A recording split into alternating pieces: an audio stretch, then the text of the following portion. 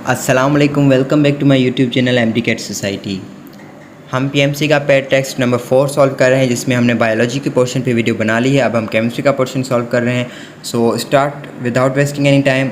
सबसे पहला है कि carbon dioxide is an example of. Carbon dioxide यानी जिसको हम ड्राई आइस भी कहते हैं, it is an example of molecular solid. Actually carbon dioxide एक गैस होती है, लेकिन जब ये सॉलिड में कन्वर्ट हो जाती है तो फिर ये मॉलिक्यूलर सॉलिड के टाइप में आ जाती है। Which one of the following is an electrophile. Electrophile यानी electron lover. Electron lover positive charge होती है, तो इनमें पॉजिटिव चार्ज सिर्फ ए ऑप्शन में है, दैट इज़ द इलेक्ट्रोफाइल। उसके बाद है glycerol can also be termed as. Glycerol का केमिकल आईयूपैक नेम होता है 1,2,3 प्रोपेन ट्राइओल, बिकॉज ग्लाइसिरोल में 3 अल्कोहलिक ग्रुप होते हैं। उसके बाद है isopentane is an example of. Isopentane एक ब्रांच्ड कंपाउंड होता है, चेन कंपाउंड होता है, ये कोई साइक्लिक कंपाउंड नहीं होता, so B option is correct.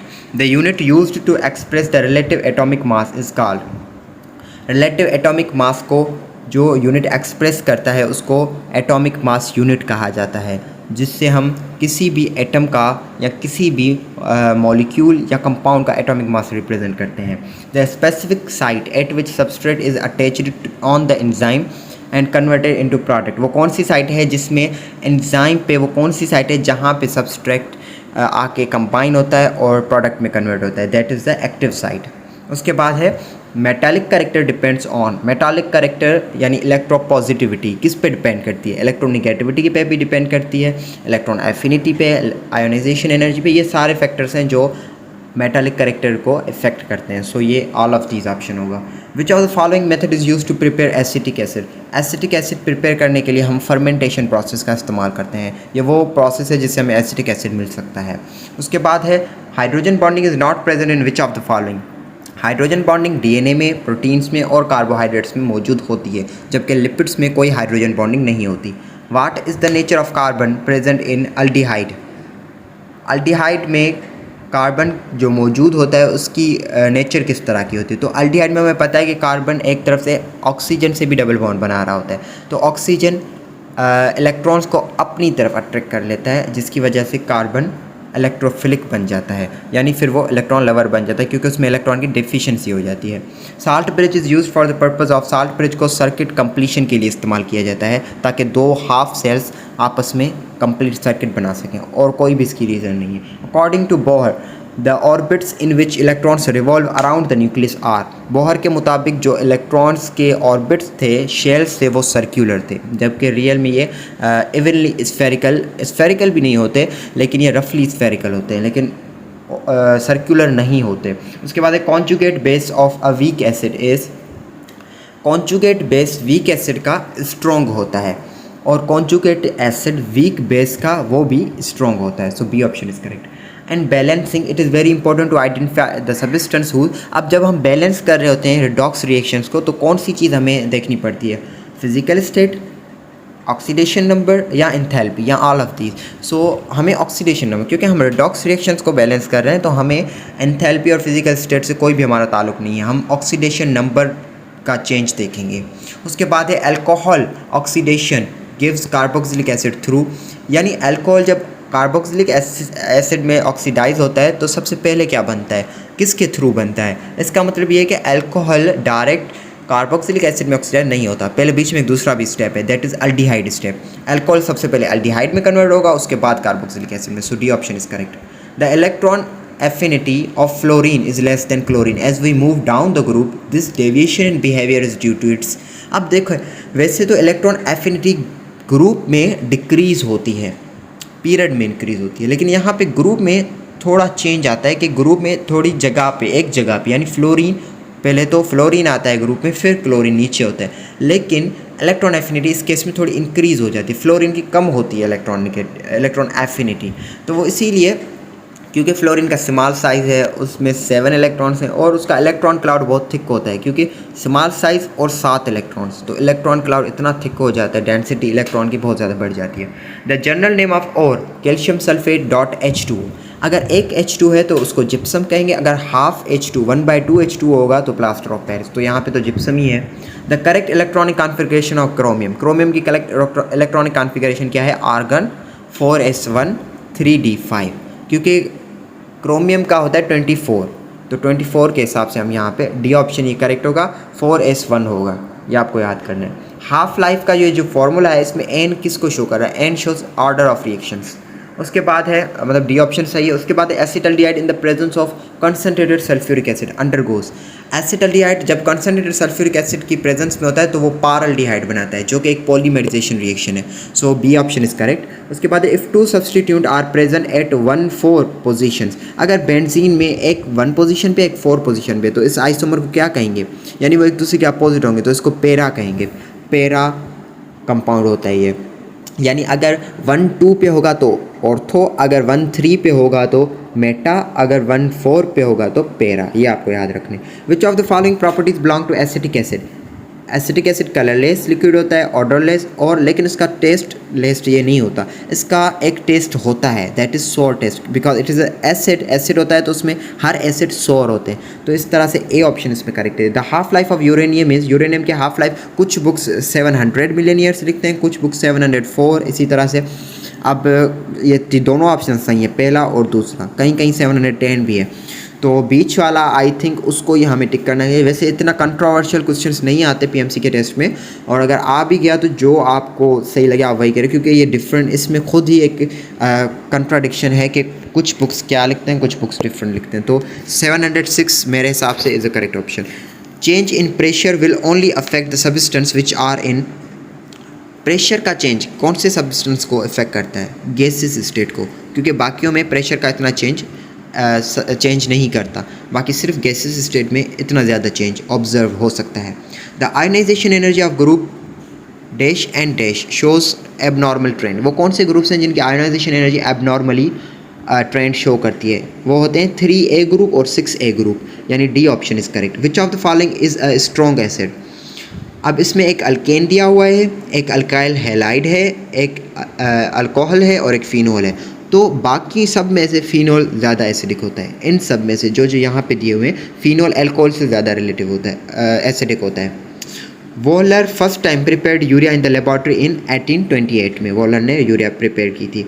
Heat supplied at constant pressure equals to, pressure constant होगा तो हीट जितनी सप्लाई करेगी वो चेंज इन एंथैल्पी हो जाएगी, so D option is correct. Due to less polarisability of fluorine it boils at, fluorine की boiling point क्या है, -188.1 डिग्री सेंटीग्रेड। उसके बाद है SN2 reactions, the hybridisation of carbon is in moving from substrate to transition state. SN2 में जब transition state में carbon चला जाता है तो वहाँ पे उसकी हाइब्रिडाइजेशन चेंज हो जाती है, फ्रॉम sp3 टू sp2, ये याद रखना है, so C option is correct. उसके बाद which forces are very significant in non polar molecules like chlorine, hydrogen and noble gases. Non polar molecules में लंडन फोर्सेज होते हैं। उसके बाद है which of the following is a typical transition element. आप non typical सिर्फ 3 है वही याद कर दें, zinc, cadmium and mercury, Hg, ये तीनों क्या हैं, नॉन टिपिकल हैं। तो इनसे अलावा जो होगा, जैसे कॉपर यहाँ पे इनके अलावा दिया हुआ है, तो वो टिपिकल आ जाता है, वो टिपिकल में आ जाता है, C option is correct. A strong acid can be involve in spontaneous reaction which is termed as, strong acids एक तरह का स्पॉन्टेनियस रिएक्शन करते हैं बेसिस के साथ, जिसको न्यूट्रलाइजेशन रिएक्शन कहा जाता है, so C option is correct. An electrochemical series reduction potential relates to only reduction potential standard condition में हम देखते हैं, सिर्फ standard condition में, इसीलिए उसको standard reduction potential कहा जाता है, so B option is correct। Left handed helix in protein secondary structure, protein के सेकेंडरी स्ट्रक्चर में एक राइट हैंडेड हेलिक्स होता है जिसको अल्फा हेलिक्स कहा जाता है, और लेफ्ट हैंडेड हेलिक्स जिसको बीटा हेलिक्स कहा जाता है, so B option is correct. The maximum number of electrons accommodate in a shell और energy level is calculated by the formula, maximum number of electrons in a shell, इसका formula होता है 2n², B option is correct. Ethane is obtained by electrolysis, ethane को किस चीज़ को अगर हम electrolysed करेंगे तो हमें इथेन मिलेगा, ये कोल्ब्स रिएक्शन है, और कोल्ब्स रिएक्शन में पोटाशियम सक्सीनेट होता है, जिसको इलेक्ट्रोलाइज करेंगे तो हमें इथेन मिलेगा।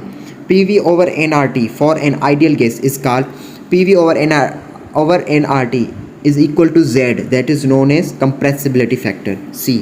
उसके बाद है आयोडीन का जो निगेटिव चार्ज है is an example of, iodine का निगेटिव चार्ज न्यूक्लियोफाइल भी है बहुत अच्छा और लिविंग ग्रुप भी है, so D option is correct. उसके बाद है temperature and volume is an experiment are part of. Temperature और वॉल्यूम ये ना ही सराउंडिंग में आएंगे ना ही सिस्टम में। These are the states of a system, जैसे प्रेशर, टेम्परेचर, वॉल्यूम, ये सारी स्टेट्स होती हैं किसी भी सिस्टम की। What is the mass of 1 mole of aspartame having formula. अब इतना बड़ा फार्मूला है तो जो ऑप्शंस दिए हुए हैं तो वो तो सीधे ही सारे गलत हैं। अब इसमें जो एक्चुअल जो इसका मैस है वो है 294, जो कि ऑप्शन नहीं दिया हुआ, तो इसमें ऑप्शन सारे गलत हैं। सिर्फ आपको मास मोलर 1 मोल का मास फाइंड करना है। उसके बाद विच of the following compound is an amide. Amide का फंक्शनल ग्रुप होता है CONH2, तो CONH2 सी ऑप्शन में दिया हुआ है, that is the correct option. Evaporation किस तरह का प्रोसेस होता है?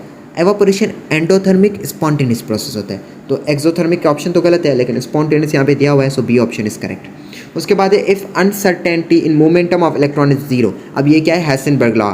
अब यहाँ पे ये है कि अब अगर मोमेंटम की इलेक्ट्रॉन के मोमेंटम की अनसर्टेनिटी ज़ीरो हो जाए तो पोजीशन की इन्फिनिटी हो जाएगी, तो D option is correct.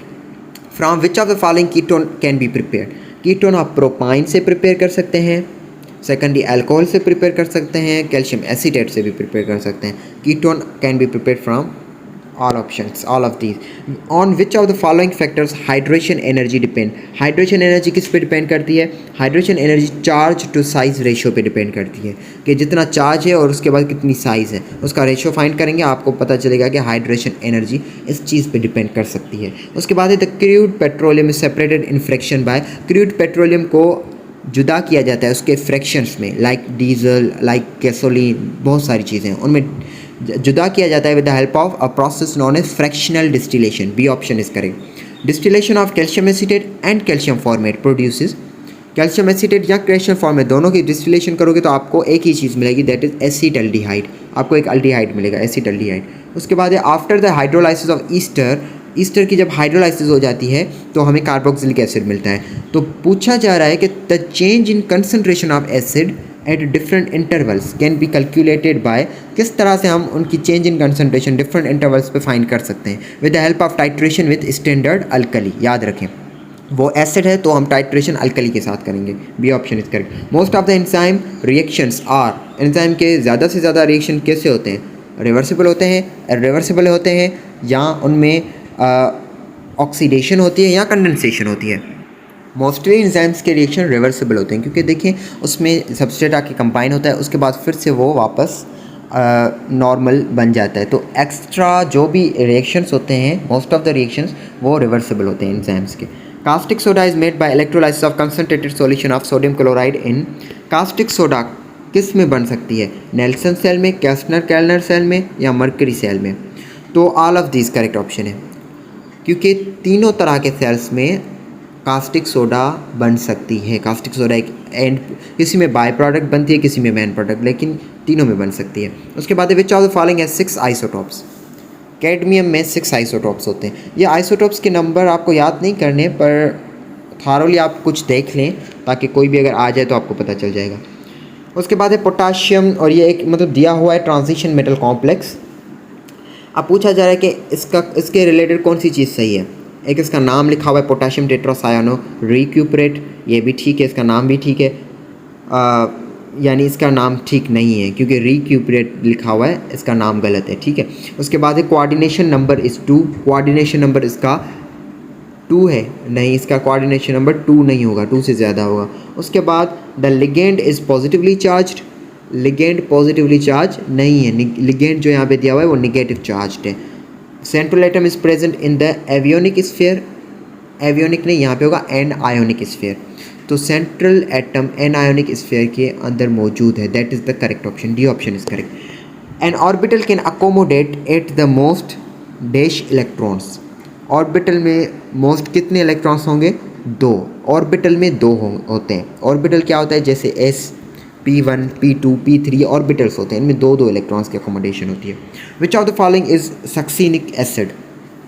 Succinic acid का केमिकल नेम पूछा जा रहा है, तो succinic acid is actually butane dioic acid. Butane dioic acid, यानी 4 कार्बन होंगे इसमें और 2 इसमें फंक्शनल ग्रुप्स होंगे कार्बोक्सिलिक एसिड्स के। उसके बाद है ethyne has which hybridisation, ethyne में किस तरह की हाइब्रिडाइजेशन होती है, it is alkyne so it has sp hybridisation. So उम्मीद है कि आपको वीडियो अच्छी लगी होगी और बिल्कुल इजी क्वेश्चंस थे।